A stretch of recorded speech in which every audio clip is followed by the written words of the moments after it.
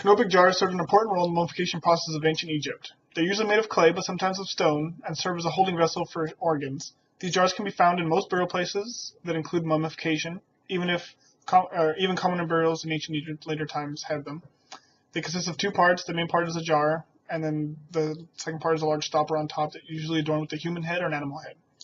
Canopic jars are often individualized, especially for the wealthy, who could pay to have high-quality ones made. The human face in the jars would sometimes be shaped to match the likeness of the mummy, therefore. And during later parts of the New Kingdom, however, the Canopic jars started having animal heads to more closely represent the four sons of Horus.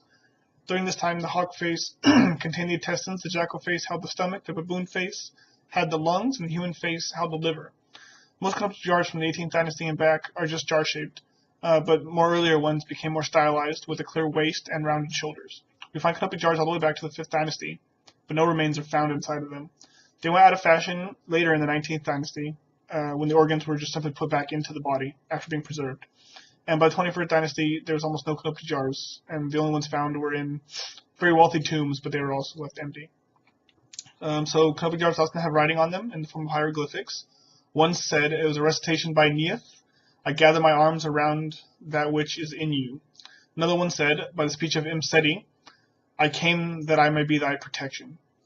Within these jars was, of course, internal organs. These organs were taken out of the body through an incision in the left flank of the torso.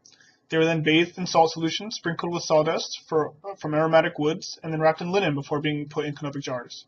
This process probably started after the Egyptians realized that the organs would decay first and set up disintegration for the rest of the body, thereby ruining the mummification process. These jars seem to have always been a representation of the four sons of Horus, even before they had the animal heads. And even when the Egyptians started putting the organs back into the bodies and stopped using Canopic jars, they would wrap the organs in effigies of the four sons of Horus to keep the motif. And that's it. Thank you.